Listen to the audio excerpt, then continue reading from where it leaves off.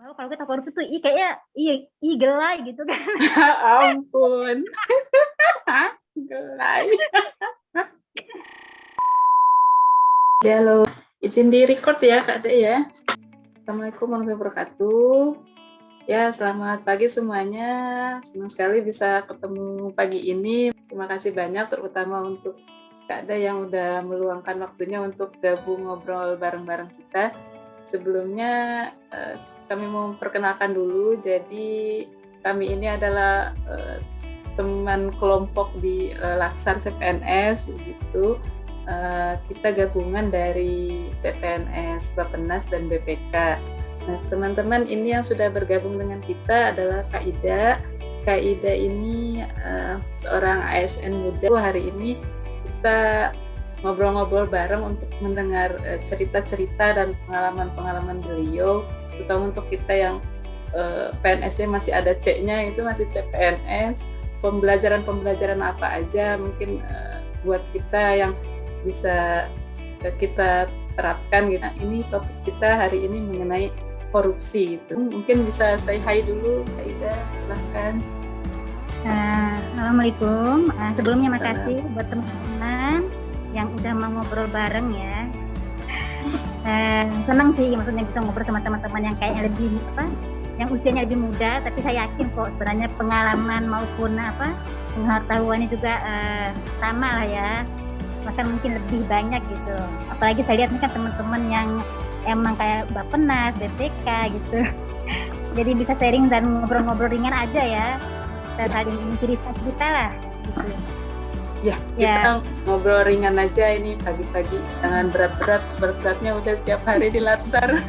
Ngobrolnya ringan-ringannya aja lah gitu, sudut pandang kita sebagai para netizen anak muda ini gimana mengenai korupsi begitu, dan ya sedikit banyak pembelajaran apa mungkin yang bisa kita ambil gitu. Kita lihat kan kayaknya tuh berita korupsi tuh kayak setiap hari, kayak kalau dulu awal-awal ada kata korupsi mungkin apa itu terus kalau saya pribadi tuh kayak korupsi lagi, kayaknya kok udah biasa gitu pejabat korupsi gitu ya. Dan kita tuh yang masih generasi yang baru-baru mungkin baru mulai ini yang kita itu masuk ke pemerintahan gitu. Kemarin kita masih nonton di berita, baca-baca gitu. Sekarang kita mulai masuk ke pemerintahan dan ya korupsi itu kemarin kan terakhir yang kasus Ditjen Pajak gitu, ada tercium juga korupsi gitu. Sebenarnya tuh masalahnya itu di mana gitu kok?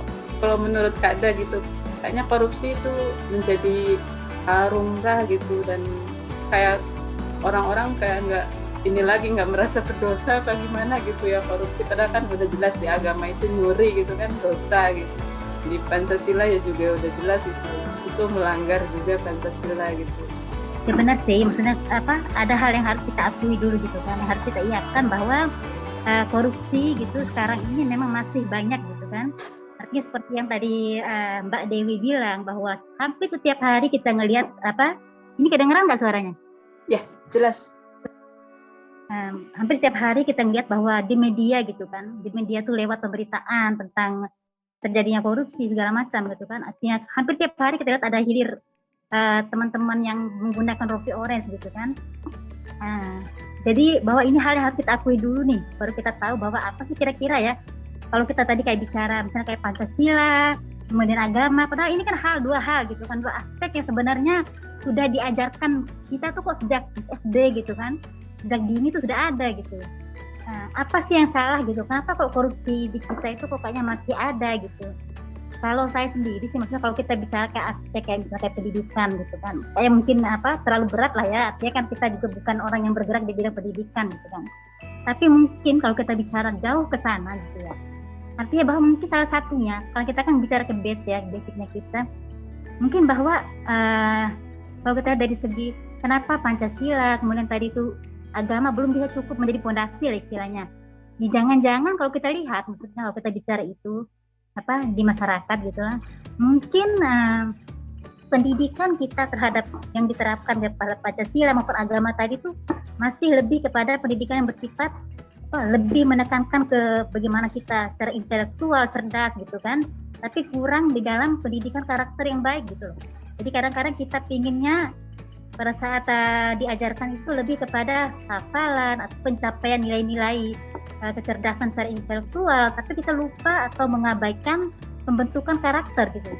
Itu sih mungkin ya, kalau kita bicara base-nya gitu.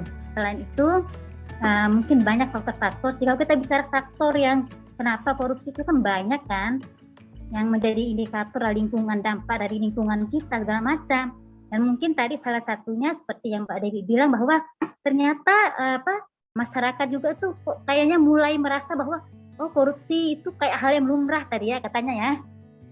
Hal yang lumrah, mungkin ini yang justru hal momok yang menakutkan gitu, yang harus kita waspadai gitu ya. Ketika kita mulai merasa bahwa korupsi ini bukan lagi sebuah hal yang mengagetkan gitu kan. Apalagi kalau sampai kita, makanya kan kadang-kadang kita nyebutnya itu kayak ada korupsi itu sudah jadi kayak budaya lah gitu, budaya korupsi gitu kan. Makanya kalau kita bicara budaya tuh kan ada, harusnya kita membudayakan kebiasaan itu, bukan kebiasaannya itu yang kita budayakan. Artinya kebiasaan korupsi jadi sebuah budaya korupsi gitu. Jadi lebih kayak pada harusnya bahwa kita tuh pokoknya jangan sampailah kita menganggap bahwa korupsi adalah hal yang sudah biasa. Itu yang mungkin jadi kayak orang korupsi, biasa kok, banyak juga teman-teman saya yang korupsi. Bahkan yang lebih buruknya lagi ketika kita menganggap bahwa percuma ya, terutama kita nih misalnya kayak ASN gitu, percuma saya mau jujur, nanti juga orang sudah mencap bahwa kalau kita berada dalam lingkup jabatan atau lingkup organisasi kayak pemerintahan gitu, di sana korupsi semua gitu, sehingga kita merasa ya udah deh kita korupsi aja gitu kan. Karena kita sudah menganggap ini lumrah gitu, atau kita sudah merasa udah pesimis dengan pandangan masyarakat yang ada ke kita gitu kan. Padahal seharusnya kita tuh menjadi agen yang bisa merubah pandangan skeptis dari masyarakat. Gitu ya, salah satunya sih. Dari Kak Da itu highlightnya lebih ke ya kita memang sekolah itu ke nilai ya, jadi pengen lulus nilainya bagus gitu, nggak masuk ke dalam hati, ke dalam otak tuh bahwa itu untuk dilaksanakan gitu, bukan sekedar nilai gitu. Kemudian juga kita yang harus jadi agentnya itu sendiri untuk nggak jadiin itu budaya atau kebiasaan kali seperti itu ya Kak Da ya. Jadi saya kira kayak gitulah. Berarti dari kita juga kita sendiri juga harus punya kesadaran dan komitmen untuk itu, berarti ya, jangan mengikuti tadi itu arus. Hanya ketika kita udah ada di lingkungan birokrasi seperti itu, kalau tadi kan disampaikan kecenderungannya mungkin tidak semua gitu ya, instansi atau pejabat itu korupsi, tapi ada kecenderungan ke arah sana. Itu sikap kita itu harus gimana, tapi apa peran kita pas kita tahu atau dengar ada yang desas-desus seperti itu gitu. Iya, jadi pertama kalau kita lihat sebenarnya kalau kita bicara korupsi gitu ya, kalau dari definisi korupsi aja, sedang undang-undang anti korupsi gitu kan, korupsi itu kan kayak kegiatan memperkaya diri orang lain maupun korporasi gitu kan, dengan memanfaatkan jabatan yang kita miliki gitu. Artinya bahwa memang tidak bisa dipungkiri bahwa korupsi ini sangat dekat sekali dengan orang-orang yang memegang jabatan gitu kan. Walaupun artinya ya katakanlah kita yang PNS gitu kan, ASN kan, karena secara awal sudah diidentikan dengan orang-orang yang memegang kewenangan atau kekuasaan gitu. Kadang-kadang kita bertanya kayak apalagi udah pejabat gitu kan, kenapa kok sangat mudah gitu kan untuk melakukan korupsi gitu loh. Bahkan kadang-kadang ketika kita pemerintah sudah memberikan istilahnya, kalau kita mau lihat ke bawah gitu kan, kita memiliki tingkat kesejahteraan yang lebih lah dibandingkan sebagian masyarakat yang mungkin belum memiliki pekerjaan tetap gitu kan. Ada upaya-upaya meningkatkan kesejahteraan, kita masih mending lah gitu kan. Tapi kok kita masih termotivasi untuk melakukan korupsi seperti itu. Artinya seperti yang tadi saya bilang gitu kan, bahwa yang pertama kan kalau kita bicara korupsi ini kan adanya peluang kan. Ketika kita ini sebagai ASN, apalagi kalau kita sudah memegang jabatan, tentunya ada peluang gitu kan. Sehingga kalau katanya Bang Nafi kan, korupsi itu terjadi itu bukan karena adanya niat dulu kan, ada kesempatan gitu. Waspadalah, waspadalah. Iya Bang Nafi benar. Ini kembali ke sifat sifat dasarnya manusia itu ya. Manusia kan nggak pernah puas gitu. Jadi kadang-kadang jadi ketika kita, makanya kalau kan asal itu ada kesempatan, kemudian peluang, kemudian ada timbullah keserakahan gitu kan.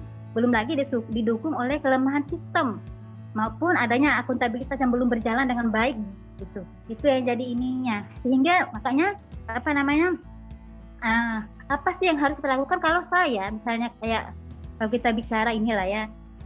Kalau kita bicara ini kan sebenarnya kan inginnya kita seperti kembali ke dasar tadi bahwa kita inginnya ada sebagai ini kan agama itu sebagai tolak ukur tertinggi lah bagi kita untuk sebagai ini ya tameng gitulah. Cuma kan kadang-kadang kita kan manusia itu istilahnya kayak imannya naik turun atau karena tingkat keimanan malah nggak belum sampai di level itu gitu kan. Artinya karena kita menganggap bahwa surga masih jauh nih, neraka masih jauh gitu kan. Padahal mati itu dekat gitu. Iya.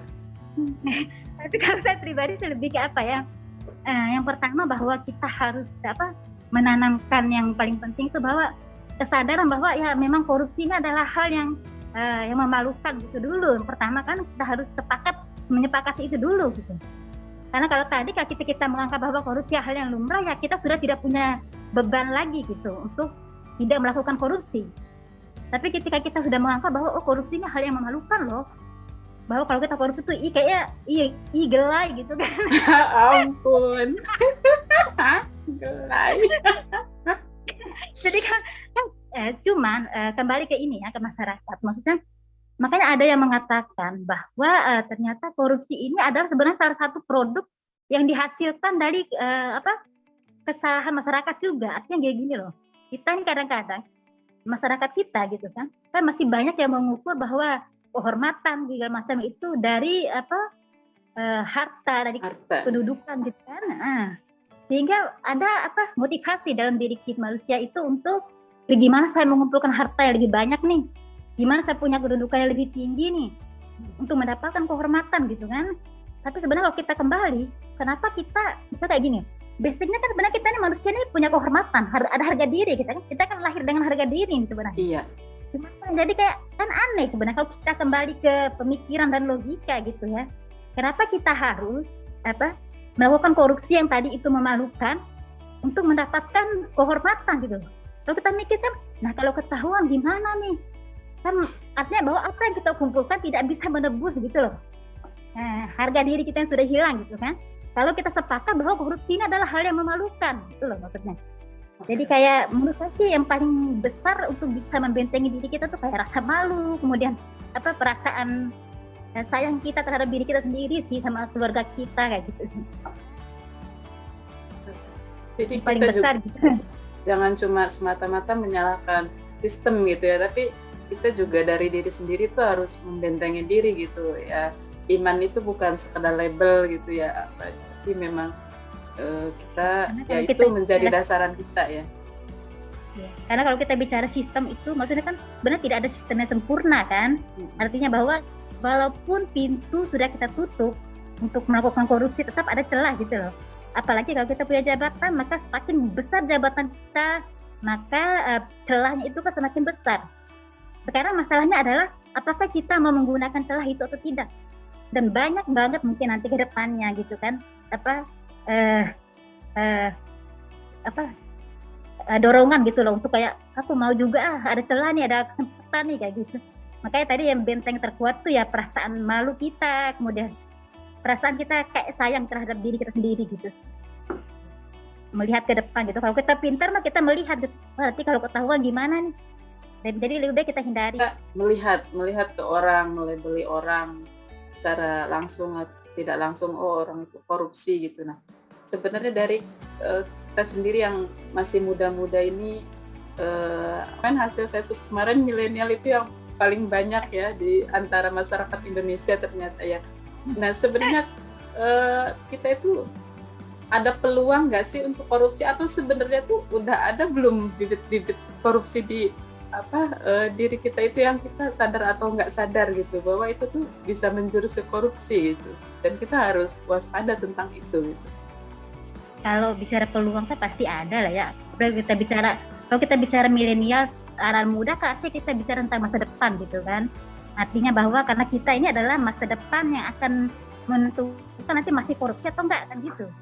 Jadi kalau kita bicara potensi, bicara apa, kira-kira ada bibit nggak jelas ada. Artinya bahwa karena kesempatan untuk ke depannya gitu, kita nggak tahu ya. Peluang dan potensi kalau kita bicara masa depan itu kan selalu ada gitu. Untuk peluang untuk korupsi. Ya, misalnya nih kalau kita kayak bicara misalnya kayak ini aja lah, yang paling sederhana, misalnya kayak penerimaan PNS ya kemarin ya misalnya. Wah kan bisa aja gitu kan, misalnya kayak mereka merasa ini terus walaupun tidak terjadi gitu. Terus saya berpikir saya harus pakai uang nih kayak gitu-gitu kan. Padahal itu kan sudah bibit, atau kita melanggar lalu lintas yang paling sederhana gitu.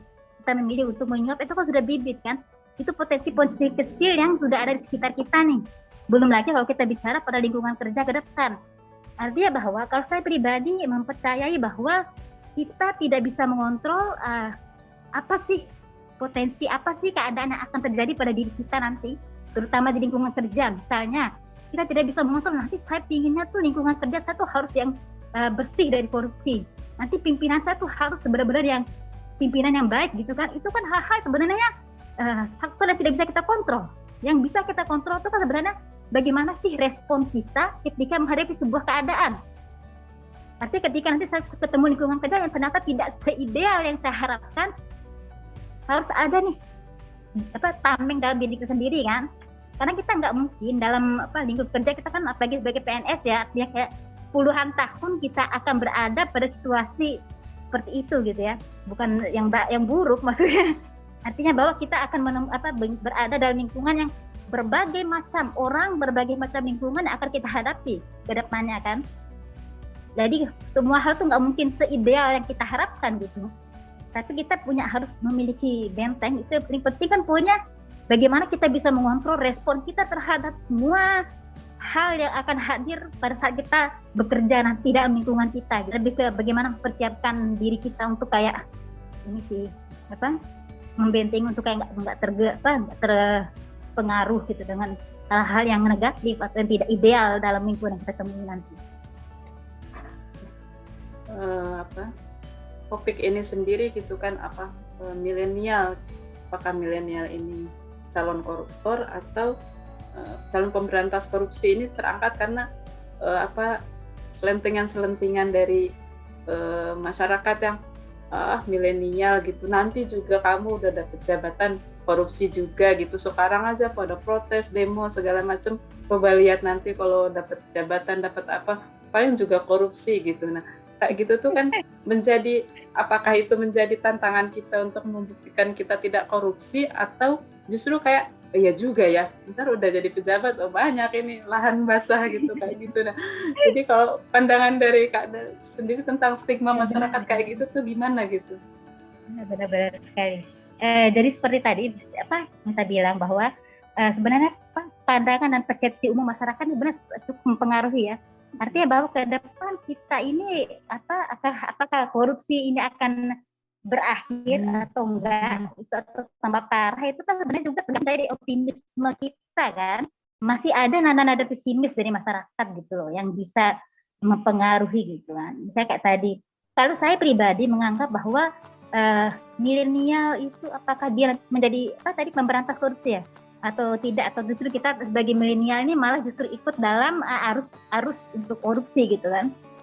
Ya kalau kita bicara itu, pertama bahwa kita harus punya nada optimis gitu, bahwa kita ini akan menjadi generasi yang membasmi korupsi gitu kan, nggak boleh ikut larut dan pesimis gitu kan. Dan kita kayak gini contoh, misalnya kayak tadi kita sampaikan ketika penerimaan PNS nih, kalau ini kan udah online ya, udah cuma kan kita lihat selama ini gitu kan, karena memang jalur masuk PNS agak susah ya, bahwa kita harus akui bahwa masyarakat Indonesia bagian besar kan banyak yang ingin menjadi ASN nih, tapi jalur masuk itu kan susah, sehingga kemudian muncul ada persepsi yang umum tapi belum tentu benar, tapi dipercayai oleh masyarakat. Artinya ada masyarakat juga yang percaya bahwa kalau kita mau jadi PNS itu harus bayar loh gitu kan, apalagi dulu sebelum online gitu kan.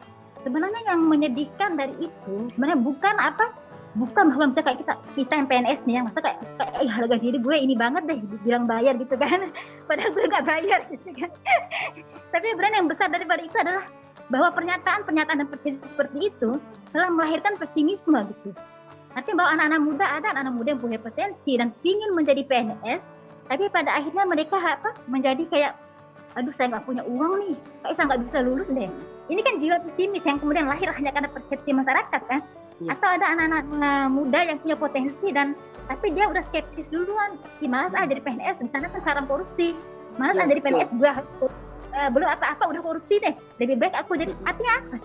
Kalau anak-anak muda ini, anak-anak milenial yang memiliki potensi ini sudah terlebih dahulu termakan oleh rasa pesimis dan juga udah skeptis, apatis gitu kan, berarti siapa dong yang akan memperbaiki birokrasi?